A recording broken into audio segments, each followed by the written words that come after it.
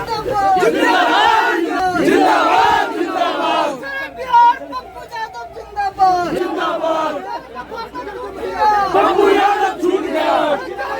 से कहता रहा हूँ कि सभी लोग रिहाई पे थे। हम सरकार का ही तो काम कर रहे थे, सरकार को बता रहे थे कहाँ कमजोरी है, सरकार की गलतियों को हम दिखा रहे थे, उन्हें सीखना चाहिए। सरकार के पदाधिकारी, सरकार के मंत्री जब आम आदमी की जरूरत के साथ खड़ा नहीं हो, बिहार कोलैप्स की ओर जाए, हालात अच्छे नहीं, ऑक्सीजन ना मिले, रेमडेसिविर लाखों रुपए में, एक भी चीज अस्पताल में डेक्सोना से लेकर के छोटी छोटी दवाइयों की किल्लत हो जाए, पूरा एम्बुलेंस माफिया लूट रहा, ड्रग्स माफिया लूट रहा, और हम शमशान अस्पताल जाकर के लोगों की जिंदगी बचाने का प्रयास कर रहे हैं। हम करते क्या? हमारा एक प्रयास था मानवता के लिए, इंसानियत के लिए। राजनीति तो हमें आती नहीं, एक सेवा, एक रास्ता है सेवा का, दूसरा रास्ता है संघर्ष का, यही दो पथ है ना। अब मुझे समझ में नहीं आता है आखिर केंद्र सरकार को इतनी पीड़ा क्यों हुई, इतना दर्द क्यों हुआ? हम लगातार समाज के लिए काम कर रहे थे,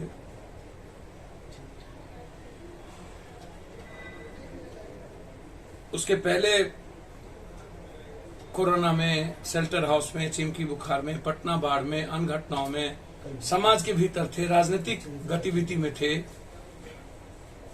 फिर तब सरकार की नींद क्यों नहीं टूटी?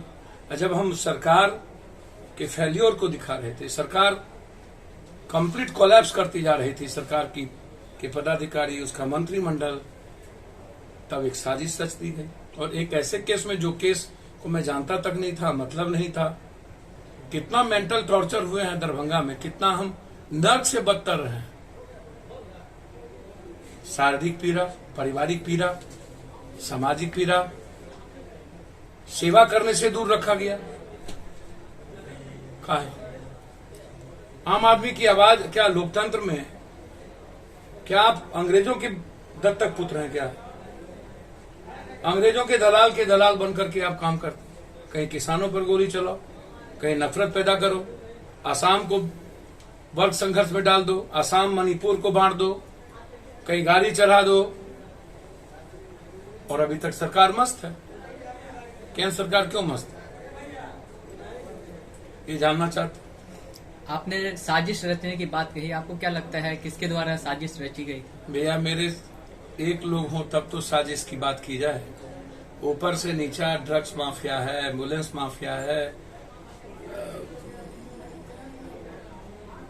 जो बड़े बड़े छोटे छोटे नर्सिंग होम खोल के लूट रहे हैं, उनकी बात आप करिए, और उसमें जिनका शेयर बटा हुआ है, पदाधिकारी है, मंत्रिमंडल है, ऊपर से नीचे जिसकी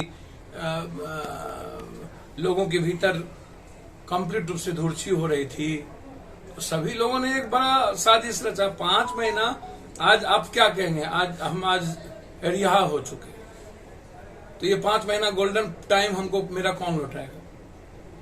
सांप से, भूख से, बाढ़ से जो लोग मरे, और लोगों विपक्ष नाम की कोई चीज नहीं है, गायब है, तो क्या होगा?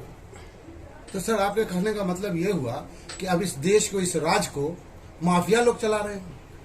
भैया, अब उस पर मैं नहीं जाऊंगा। अभी जो आप हमारा सवाल पूछ रहे हैं, व्यवस्था कंप्लीट कोलैप्स कर चुका है, अर्थव्यवस्था कोलैप्स कर गया, रोजगार नहीं है, डेमोक्रेसी को खत्म करने और संविधान जैसी चीजों को रौंदने की चीजें में लगी हुई है। राजनीति और सियासत, सत्ता से अलग आप ना तो महंगाई की बात करते हैं, ना तो किसानों की बात करते हैं, ना तो महिलाओं की सुरक्षा की बात करते हैं, ना युवाओं के रोजगार की बात करते हैं।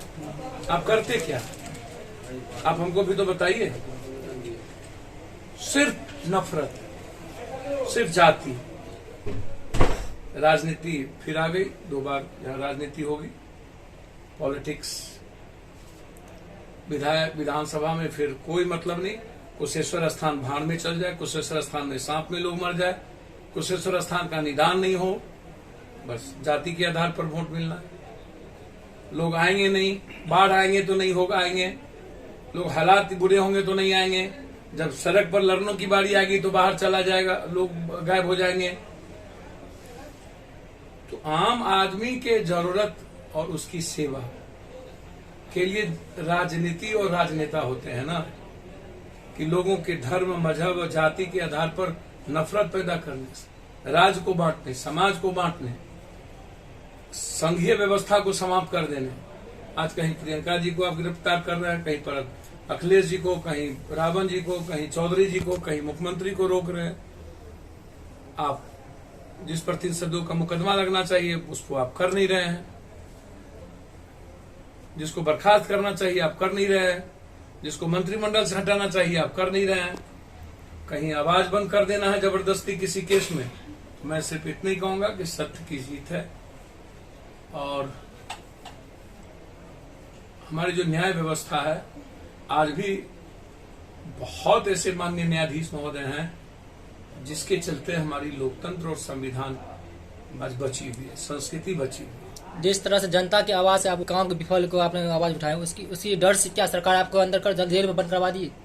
भैया अब सरकार क्या की उससे न पूछे। एक सवाल सर, मेरा ऐसी खबरें चल रही है कि तारापुर से आप चुनाव लड़ रहे नहीं, हैं। ऐसा कुछ नहीं है। पार्टी अपना निर्णय क्या लेगी वो समझेगी, ऐसा कोई चुनाव न लड़ने की अभी कोई प्रक्रिया। दूसरा सवाल ये है सर कि ऐन वक्त में उपचुनाव का नॉमिनेशन जारी है, इस समय आपको रिहाई मिली है, इसको किस तरह से आप देखते हैं? क्या ताल ठोकेंगे चुनाव में? आने वाले उपचुनाव में नहीं आता है भैया। 5 महीना जिसमें एक दिन में बेल मिलना था, 5 महीने के बाद केस की पूरी प्रक्रिया खत्म हो गई और उसमें हम रिहाई कर दिए गए। धन्यवाद।